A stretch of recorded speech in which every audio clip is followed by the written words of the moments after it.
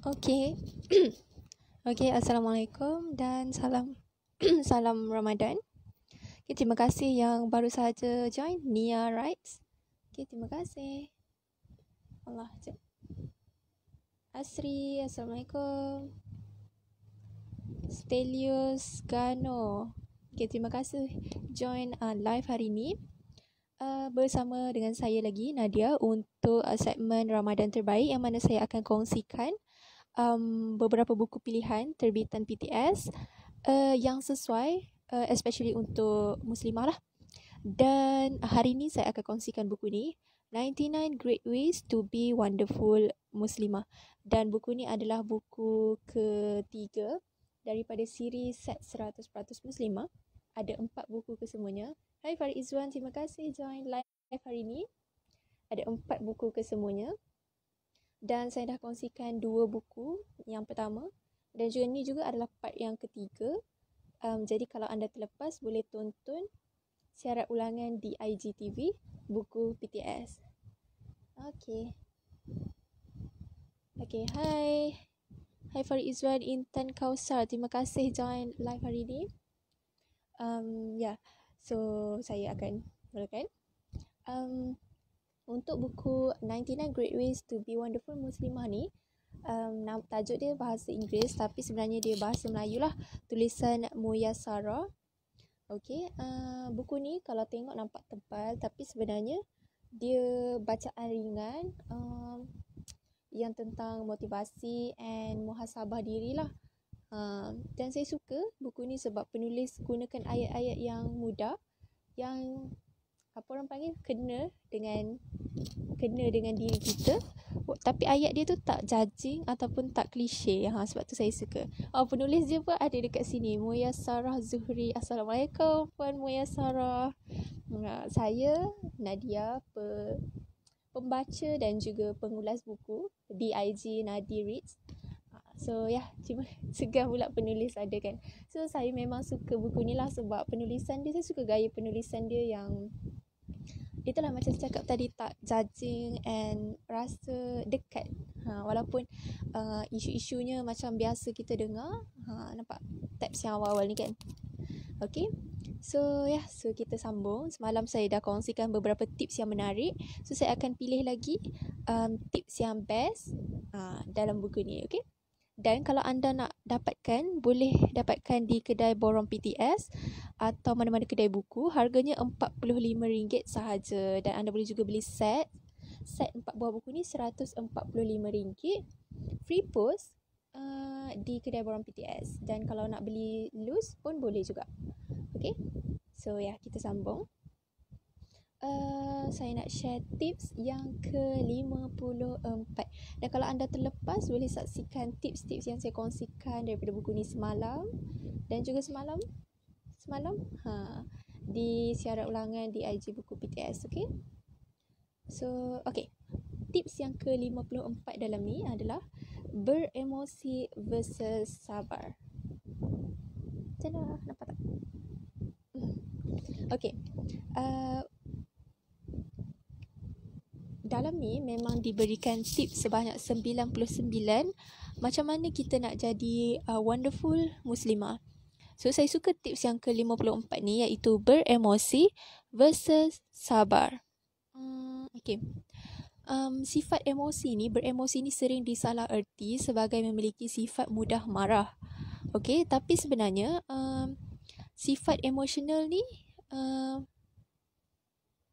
kenapa diberi tanggapan yang negatif? Okay, sebenarnya kita manusia ada 6 emosi dasar, basic, yang boleh kita temui dalam diri seseorang, iaitu perasaan sedih, marah, takut, jijik, terkejut dan juga bahagia. Okay, justru orang yang emosional tidak semestinya seorang pemarah dan sensitif. Sifat emosional boleh juga diertikan sebagai sifat seseorang yang senang meluahkan perasaan atau emosinya turut dirasai oleh orang lain. Emosional ni dia punya perasaan dia tu kuat macam tu. Contoh yang dibagi dalam buku ni, kita sedang berasa kecewa, kita akan marah kepada seseorang yang dianggap menjadi penyebab masalah itu terjadi sehingga akhirnya menimpa diri kita. Itu emosional lah.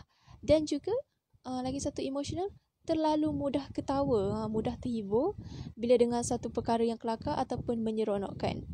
Hal-hal begitu bukanlah negatif, namun kadang-kadang kita sering tersalah faham. So emosional ni adalah perasaan yang kuat lah untuk mana-mana perasaan, tapi kita selalu nampak dia sebagai emosi yang negatif lah, sebab kita pun memang tak patut berlebihan. Hai Sabrina Balkis, hai. Okey, terima kasih yang baru sahaja masuk. Alfa Salsabila Rusmi, terima kasih. Okey. Emosi versus sabar. Marah adalah emosi yang tidak disukai oleh Allah dan Rasulullah. Bahkan disebutkan dalam hadis bahawa siapa yang mampu mengawal sifat marah, balasannya adalah syurga. Balasan syurga ni menjadi begitu mahal. Dan kita tahu kenapa hadis ni macam ni, sebab kita tahu bukan senang nak mengawal kemarahan. Contohlah macam saya cakap macam ni memanglah senang kan, tapi kalau kita tengah marah, memang kita pun tak boleh kontrol. Sampailah lepas habis benda tu jadi, barulah fikir, kenapalah aku marah-marah tadi macam tu kan. Lepas tu menyesal balik. So itulah betapa pentingnya untuk kita mengawal sifat marah. Perasaan tu berat, tapi kita boleh kawal dengan cara tak maki-maki seorang tu, tak mengumpat dia, tak menunjukkanlah emosi marah tu. Sekejap. Dan sebagai wonderful muslimah, di tajuk buku ni, seorang muslimah patut mempunyai rasa malu bila tak mampu nak mengawal rasa marah ni. Bayangkan kalau macam bergaduh dengan orang, jadi benda tu tak mencerminkan sifat seorang muslimah. Jadi dalam ni ada penulis kongsikan beberapa cara macam mana nak mengawal rasa marah. Yang pertama adalah tarik nafas dan berdoa. Mohon pertolongan daripada Allah kerana hanya Dia yang mampu membolak-balikkan hati manusia. Lepas tu ada hadis Nabi yang direkodkan oleh Bukhari. Pada suatu hari, aku duduk bersama-sama dengan Nabi SAW dan ada dua orang lelaki saling mengeluarkan kata-kata kotor antara satu sama lain. Salah seorang daripada mereka sudah merah mukanya dan tegang pula urat lehernya. Lalu Rasulullah berkata, sesungguhnya aku tahu satu perkataan sekiranya dibaca, tentu hilang rasa marahnya sekiranya dia mahu membaca A'udzubillahi minasyaitonirrajim. Aku berlindung kepada Allah daripada godaan syaitan. Pasti hilang kemarahan yang dia alami. Nampak tak? Hadis Nabi sendiri cakap yang bila kita baca ta'awuz kan, A'udzubillahi minasyaitonirrajim, boleh menghilangkan kemarahan. Jadi kalau kita rasa marah, cuba kita sebut ta'awuz kita ni, A'udzubillahi minasyaitonirrajim, insya-Allah kemarahan tu akan hilang.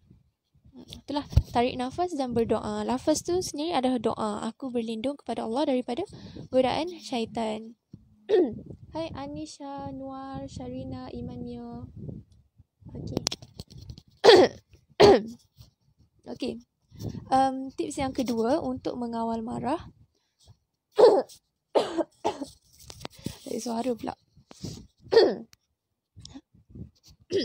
Okey, yang kedua adalah kita boleh ambil sedikit waktu dan berdiam demi menghindarkan diri daripada mengeluarkan kata-kata cacian yang mengundang kemurkaan Allah.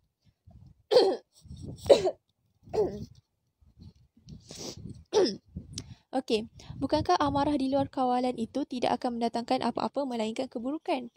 Jadi, tips yang kedua adalah ambil sedikit masa untuk berdiam demi menghindarkan diri daripada mengeluarkan kata-kata cacian. Sebab bila kita marah ni, kita tend untuk mengeluarkan kata-kata yang tak bagus. Termasuklah menulis di media sosial ke, tulis benda-benda yang tak elok. Jadi bila marah, ambil sedikit masa untuk berdiam diri demi mengelakkan semua benda-benda yang tak patut lah. Dan salah satu tips yang baik adalah jauhi diri dari media sosial kalau anda marah di platform media sosial lah. Kalau anda berdepan dengan orang, cuba ambil pendekatan untuk diamkan diri. Sebab diam tu lebih baik. Sebab lagi banyak kita cakap time tu, lagi semua marah-marah semua akan terhambur keluar. Dan yang ketiga adalah ambil wuduk. Biarkan marah yang dilepaskan oleh syaitan dalam hati kita itu terpadam dengan air wuduk. Disebabkan syaitan dicipta daripada api, justru masuk akal sekiranya kita memadamkannya dengan air. Bila kita ambil wuduk, basahkan muka semua, kita mungkin akan rasa lebih tenang, rasa lebih segar. So bolehlah memberi rasional kepada akal ni supaya jangan nak marah-marah sangat. So ya. Dan sifat emosional dengan meluahkan amarah tu perlu kita ubah kepada sifat sabar. Dan sifat sabar ni mampu menghantar kita ke syurga, dan kesabaran juga akan mendatangkan kebaikan. Bayangkan kalau kita bersabar, dijanjikan ganjaran syurga untuk orang yang menahan sabar. So sebab itu hadis Nabi sendiri kan. Okay. Dan dalam buku ni juga dia ada sertakan quotes macam ni di setiap hujung bab ni. Dalam page yang purple ni ditulis sini, marah hanya akan mengeruhkan masalah. Pada satu sisi, marah menunjukkan bahawa kita tak mampu mengendalikan emosi negatif yang ada dalam diri. Di sisi lain, tindakan kita itu kelihatan sangat keanak-anakan. Orang selalu marah ni akan nampak childish and also mencerminkan pribadi yang tak elok lah. So untuk menjadi wonderful muslimah, bukan sekadar kita punya luaran dari segi pakaian semua tu, tapi kita punya akhlak lagi besar peranannya dalam mencerminkan kita punya pribadi. So sama-samalah kita kawal emosi, kawal nafsu marah. Walaupun susah, kita cuba sebab ganjaran yang diberikan nanti besar. Okay.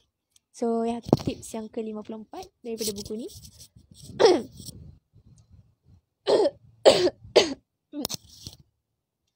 Okay. So nak sambung kepada tips seterusnya. Okay. Tips yang ke-74. By the way, kalau anda nak share ke nak tulis apa-apa kat ruangan komen, boleh je, nanti saya baca, okay? Sebab saya pun seorang di sini, jadi kalau anda nak komen apa-apa, boleh tulis saja. Okay. Tips yang ke-74 adalah membina hubungan. Okay. Membina hubungan. So nak jadi wonderful muslimah ni, kita kena usaha untuk bina hubungan. Maksudnya connection dengan ramai orang lah. Sebab bila kita ada connection dengan ramai orang, benda tu akan meningkatkan prestasi diri kita sendiri. Sebab bila kita jumpa ramai orang, bergaul dengan lebih ramai orang, kita akan belajar something daripada dia. Okay. Mungkin dia juga akan belajar something daripada kita. Setiap pertemuan tu kan ada peraturan pertemuan tu akan ada hikmahnya. Mungkin dia belajar daripada kita atau kita belajar daripada dia. So semuanya akan ada hikmah. Okay. So sebagai seorang muslimah, wonderful muslimah, kita kena cubalah untuk membina hubungan dengan orang lain untuk kebaikan lah. Dan salah satu cara nak bina hubungan adalah dengan bersikap beramah. Sebab bila kita ramah dengan orang, orang akan senang dengan kita. Yelah, lagi bila ramah, mudah untuk berurusan dan mudahlah untuk minta tolong nanti kan kalau ada apa-apa masalah ke. And then bersikap terbukalah dengan orang-orang yang baru kenal. Jangan jadi terlalu macam takut nak jumpa dengan orang baru, nak berkenalan dengan orang baru. Sebab orang yang tidak peramah dan pendiam cenderung membuatkan orang lain berasa ragu untuk berinteraksi dengannya. Bila kita terlalu pendiam, orang lain macam tak nak cakap dengan kita, segan. So benda tu akan reduce kita punya connection dengan orang lain. Okay. Dan kalau nak jadi akrab dengan orang yang baru kita kenal, tak perlulah lebih-lebih. Okay. Nak tanya hal peribadi, cukup sekadar kita berbual tentang hal-hal yang happy lah. Jangan nak masuk-masuk benda-benda peribadi yang tak sesuai lah. Okay, terima kasih yang baru saja join The 100 Pages. Sarah Terbuan, Alif Syafiq. Okay. So apa lagi? Satu lagi cara untuk membina hubungan adalah memiliki kemampuan pengucapan awam. Dan memang itu bukannya sesuatu perkara yang mudah untuk dikuasai, namun bukan juga mustahil untuk dicuba. Okey. Pengucapan awam ni dapat memberikan nilai yang tinggi kepada diri kita. Okey, memanglah nampak macam apa hal pengucapan awam ni ada kena-mengena dengan nak jadi wonderful muslimah kan? Nak membina hubungan. So bila kita belajar skill, tak semestinya lah macam pengucapan awam ni nak pergi ke tempat yang besar-besar ke apa kan. Sebenarnya skill tu kita boleh apply dengan jumpa orang-orang, 2-3 orang. Benda tu membantu skill macam mana nak tarik perhatian orang, nak pastikan dia fokus dengan kita punya percakapan dan nak membina persefahaman tu. Faham tak, nak bina interaksi tu kan? Kita saling mendengar bila dia cakap. So skill kat situ tu yang penting untuk membina hubungan dengan orang lain. Apa lagi? Membina hubungan juga memerlukan empati yang tinggi. So empati. Manusia cenderung menyukai mereka yang memiliki rasa empati berbanding sebaliknya. Begitu juga dengan diri kita, pasti lebih menggembirakan kita sekiranya memiliki kawan yang selalu memahami perasaan dan tahu bagaimana untuk memberi respons dalam segala suasana. Jadi sifat empati ni pun penting untuk, walaupun kita ni macam orang kata macam introvert ke, tak banyak cakap dekat luar, tapi kalau kita ni bersikap empati, InsyaAllah ramai orang akan senang dengan kita, lebih ramai orang yang sukalah untuk bergaul. Sebab empati ni orang akan suka kan bila kita macam nampak caring tentang dia, tanya dia okey ke tak, semua tu. So benda tu bagus juga untuk membina hubungan dengan orang lain.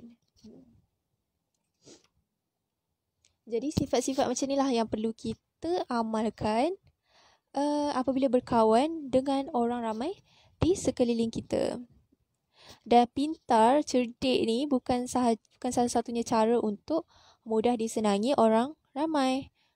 Peribadi yang mahu belajar dan tidak takut melakukan kesalahan adalah poin yang tidak kurang pentingnya. So, sama-samalah kita amalkan, keluar dari comfort zone, cuba bertegur dengan orang baru, luaskan kita punya connection dengan orang lain. Okay, terima kasih yang masih stay dalam live ni. Okay, so macam saya cakap tadi, belajar dari orang sekeliling. Bila kita jumpa dia, kenal dia, kita boleh belajar something daripada dia. Tengok perangai dia. Kalau walaupun sekejap, kita mesti ada inputnya. Macam mana gaya dia berinteraksi, macam mana peribadi seseorang. Banyaklah benda kita boleh belajar bila kita jumpa orang baru. Okay, itulah tips yang seterusnya. Dan saya nak ke tips yang lain untuk hari ni. Tips yang ke-76, belajar daripada idola. Sekejap hilang dah.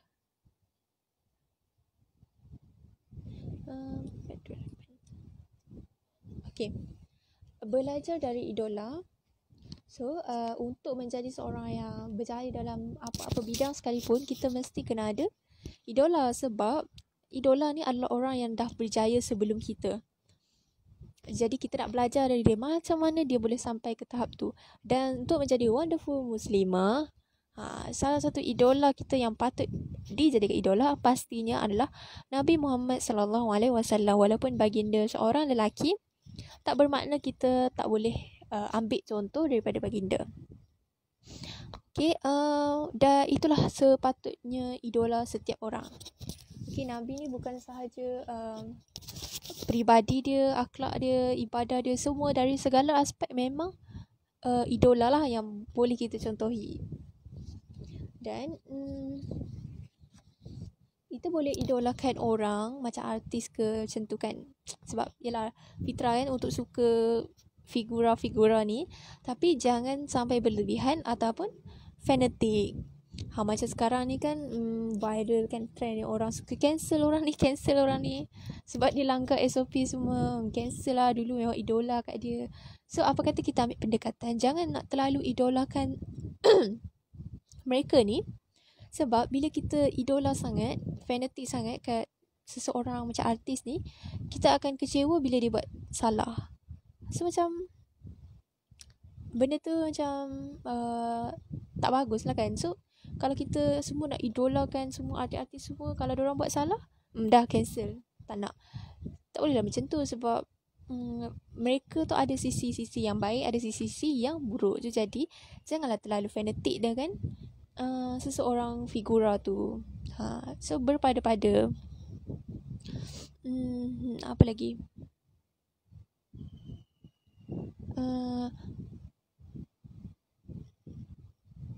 Dan perlu juga untuk pilih tokoh idola yang taat kepada Allah, bukan idola yang menyebabkan kita semakin lalai. Jadi pilihlah idola yang boleh bawa kita dekat kepada agama. Sebab idola ni peranan dia adalah apa sahaja yang dilakukan akan menjadi turutan orang yang mengidolanya lah, peminat-pinatnya. So itulah, jangan berlebihan, jangan sampai melupakan Allah yang menciptakan. Dan sekiranya kita mampu mencintai orang lain dengan cukup hebat, kita juga mampu mencintai Allah lebih daripada cinta kita kepada orang lain. Dan kita juga tak boleh ketepikan cinta kepada Rasulullah sallallahu alaihi wasallam. Dan pada usia muda lagi, baginda sudah pun menjadi orang yang berjaya.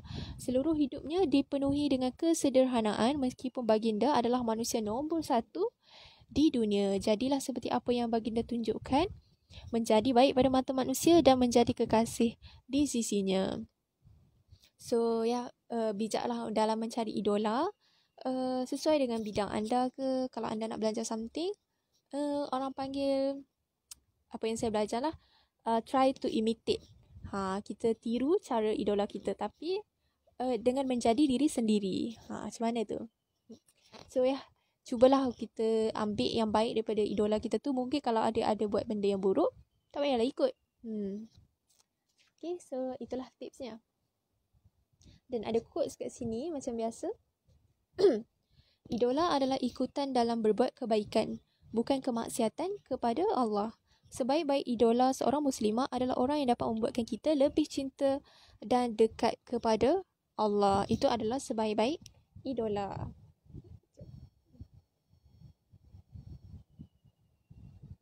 Okay. So, itu tips yang ke-76. Saya nak sambung tips yang ke-80 dalam buku ni. Tips yang ke-80 adalah rebut setiap peluang yang ada. Okay. Jadi menjadi wonderful muslimah, kita seharusnya merebut peluang yang ada untuk kita tingkatkan prestasi diri. Kalau ada peluang depan mata, kita cuba untuk ambil, rebut peluang tu, sebab peluang tu mungkin datang hanya sekali. Dengan benda tu kita dapat keluar dari zon selesa, kita buat benda baru, untuk meningkatkan prestasi diri. Dan mungkin anda rasa macam benda tu tak membantu dalam kehidupan ke something, tapi belum cuba, belum tahu kan. So kita tak tahu dalam area mana dalam kehidupan kita mungkin akan apply apa yang kita belajar tu, untuk apa peluang yang kita ambil tu. Dan contoh yang lain pula, boleh cuba something yang di luar bidang. Mungkinlah anda bidang lain, tapi tak salah untuk anda mengambil peluang dalam bidang lain. Contoh ikuti kelas-kelas online kan banyak sekarang ni kan, untuk yelah benda tu sangat membantu lah untuk improve kita punya soft skill kan. Peluang ni tak datang 2 kali, jadi manfaatkan semua peluang yang ada di hadapan kita semaksimum mungkin. Itulah rezeki yang Allah nak bagi. Dan nanti kalau terlepas peluang tu, jangan pula kita nak menyesal. So sementara ada peluang, rebut peluang tu. So apa lagi kat sini yang menarik? Okay. Dan quotes dalam suara perlahan okay. Peluang boleh sahaja datang kepada semua orang, namun hanya manusia yang positif sahaja yang berani memanfaatkannya. So dalam buku ni dia nak cakap yang bersikap positif, jangan pesimis. Maksudnya bila ada peluang akan rasa macam alah, macam tak okey lah benda tu, buang masa lah, tak bagi manfaat pun, tak boleh. Kena bersikap positif, sebab orang yang positif sahaja yang berani memanfaatkan peluang tu. Okay, terima kasih Encik Redwan Hafizi Teguh. Itulah, tak tahulah slow kan. So itu tips yang seterusnya, yang mana rebut setiap peluang yang ada. Okay, dan tips yang seterusnya adalah saya nak share, yang ni pun menarik juga. Tips yang ke-88 daripada buku ni. Semua dalam buku ni ada 99 tips tau. Saya tak boleh lah nak share semua, saya pilih yang menarik lah untuk saya kongsikan. Tips yang ke-88 adalah hidup sekali, bermanfaat dan bererti. So kita tahu hidup kita ni sekali sahaja. Jadi gunakanlah kehidupan kita ni semaksimum mungkin memberi manfaat kepada orang lain. Dan saya paling suka ayat ni, iaitu erti hidup pada memberi. Ini petikan daripada Ustaz Rizal Abdul Jamil. Erti hidup pada memberi. Perasan tak kalau kita bagi something ke orang, kita akan rasa lagi happy. Kita macam bahagia tengok orang lain bahagia, betul tak? So itulah dia. Erti hidup pada memberi. Banyakkan memberi, jangan banyakkan jangan rasa nak terima je. Maksudnya nak hadiah, nak orang bagi ni, nak orang bagi ni, nak orang bagi penghargaan, nak orang cakap terima kasih, apa semua.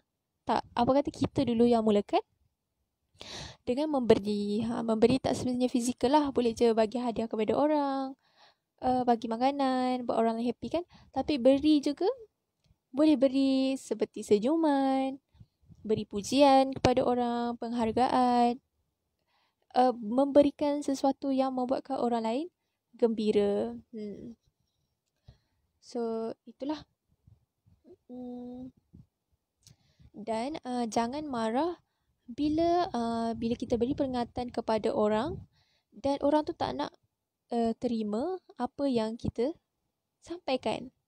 Sebab kita ni menyampaikan, yang memberi hidayah tu Allah sendiri. Okay. Terima kasih Aizat, promo kau yang baru saja join. Dah nak habis pun. Okay. Tinggal 1 minit lagi. So itulah tipsnya. Hidup sekali, bermanfaat dan bererti. Jadi penuhilah hidup kita ni dengan memberi manfaat kepada orang lain, sebab hidup ni hanya sekali sahaja. So saya rasa itu sahaja untuk perkongsian kali ni tentang buku 99 Great Ways to Be Wonderful Muslimah. Harganya RM45 sahaja. Boleh dapatkan di kedai buku BTS atau mana-mana kedai buku lah. Dan ini adalah part 3 ataupun part terakhir untuk buku ni. Tapi esok saya akan kongsikan dengan buku baru daripada set ni,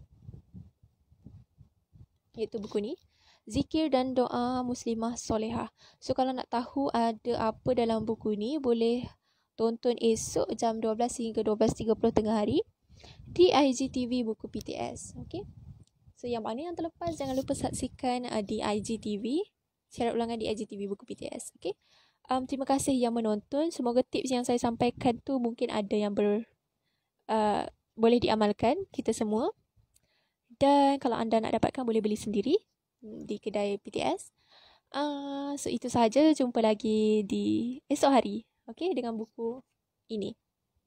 Okay, itu sahaja. Bye. Assalamualaikum. Terima kasih yang menonton. Bye. Assalamualaikum dan selamat berbuka.